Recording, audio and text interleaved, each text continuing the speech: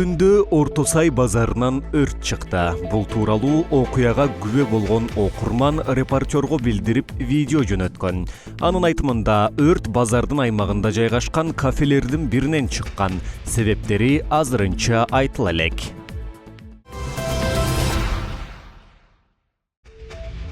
Атамбаевсыз КСДП маалымат жыйын өткөрөт. Бул тууралуу Сагынбек Абдрахманов журналисттерге билдирди.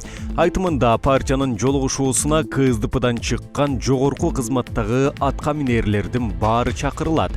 Жыйындын жыйынтыгы боюнча КСДПнын курамында кимдер калганы жана кимдер чыкканы тууралуу тизме жаңыланат. Эл кимдин ким экенин билүүгө укугу бар, деди ал. Абдрахманов билдиргендей, сотто Атамбаевди колдогон КСДПнын бир бөлүгүнөн мөөрдү жана негиздөөчү документтерди алуу боюнча процесс уланууда. Буга чейин депутат Ирина Карамушкина мөөрдү жана документтерди Кыргызстанда эмес деп айткан. Эске салсак, КСДП Атамбаевсыз кыймылынын лидери Сагынбек Абдрахманов Атамбаевдин тарапташтарынан партиялык мөөрдү жана негиздөөчү документтерди ажыратуу боюнча соттук иште ал жеңүүчү болгондугун билдирген.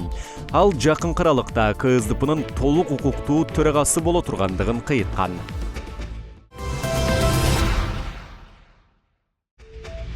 Жетим балдардын укугун коргоочу коомдук фонд Аяз атага кат акциясын өткөрөт. Бул тууралуу фонддун Facebook'тагы расмий баракчасында жарыяланды.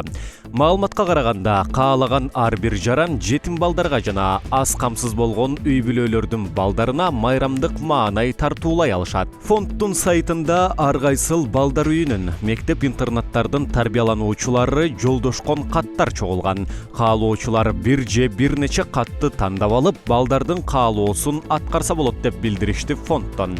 Белекти 19 декабрга чейин Бишкектеги Коёнкөзов 135 дарегинде жайгашкан жетим балдардын укугун коргоочу коомдук фондго жеткирип берсе болот. 0559 80 05 79 номуруна байланышып маалымат ала аласыз.